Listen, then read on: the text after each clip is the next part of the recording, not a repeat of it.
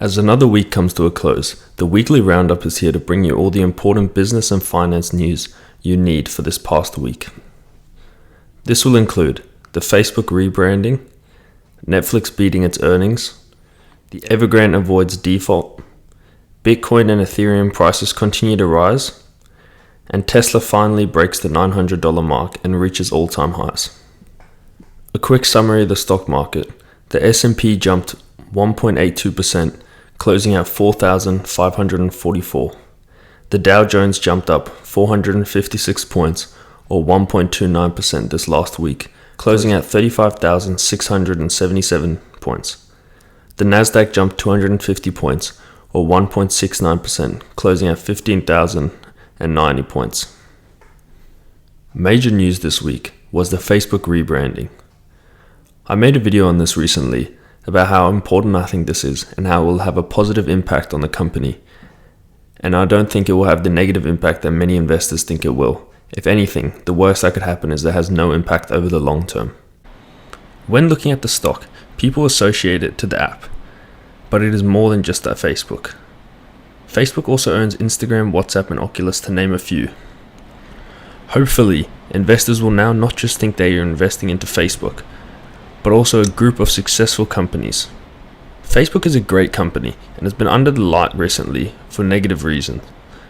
But the company has no debt, a $60 billion in cash, their shares outstanding are shrinking, and they are still growing and trading at a discounted multiple.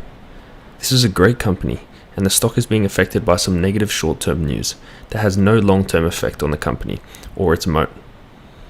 Compared to something like Apple, where Apple is seen as this great company that is run so well by Tim Cook, and it is a great company and it is run well. These other tech companies never seem to come under the same type of fire that a company like Facebook does. Overall, Facebook will be announcing this change on the 28th of October, or possibly earlier, as they change the name of the parent company from Facebook to whatever is decided. The stock has fallen 5% on the day following this news, but I believe this is a good change for the company. Netflix is also a company that has been under the light recently. Netflix has said that due to the pandemic, majority of their good movies and shows have been pushed back and are either coming out now or early 2022. With successes such as Squid Games, the new season of Stranger Things, and the Dave Chappelle special, Netflix are proving their point. Netflix's quarter subscriptions growth of 4.4 million beat out the expectations of 3.84 million. Netflix has also beat on its earnings and came in line with its revenue. The Squid Game success was great, but didn't move the needle in America, with the numbers of US subscribers staying similar, but the growth came more from the Asian Pacific area and different parts of the world. Some people have looked at this as a negative, but I think it potentially shows the growth of the company over a wider demographic of people. Netflix's success has really affected Disney.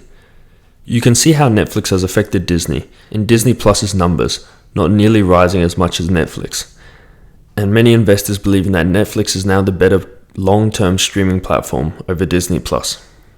More major news comes out over the Evergrande crisis, as Evergrande avoids default but still has $19 billion in debt to pay. The company is heading into an inevitable downward spiral, but has saved itself just in the nick of time. Although in the short term, this might look like the crisis is averted, but still, over the long term, Evergrande is still in dead trouble. Even, is this the all clear for Evergrande? Can some of our concerns be laid to rest? No, back to you. No, absolutely not. It is just the beginning, really. I mean, it buys everybody a little bit of time. Well, it buys Evergrande a little bit of time. But keep in mind, there are more dollar bond coupon payments due starting next week, another $45 million that they missed about 30 days ago. Like this bond payment that was due, it had a 30-day grace period, and boy, did Evergrande take it down to the last minute, because that 30-day grace period ended tomorrow, and today is the last day of the business week here in Hong Kong, so they had to get that paid. And by sources are telling Bloomberg that they have wired that $83.5 million.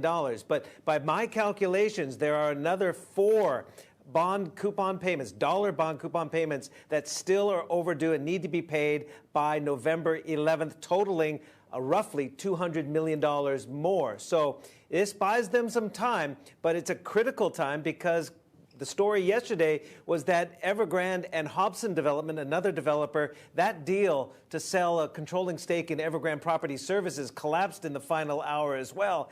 That was a deal worth $2.6 billion that Evergrande sort of kiboshed, according to Hobson, because they demanded better terms of the deal in a filing to the Hong Kong Stock Exchange. So it raises a lot more questions. How are they going to get the necessary funds to pay those near-term obligations? Long-term, we can forget about that for now. Near-term, they still have a lot of bond coupon payments to be made.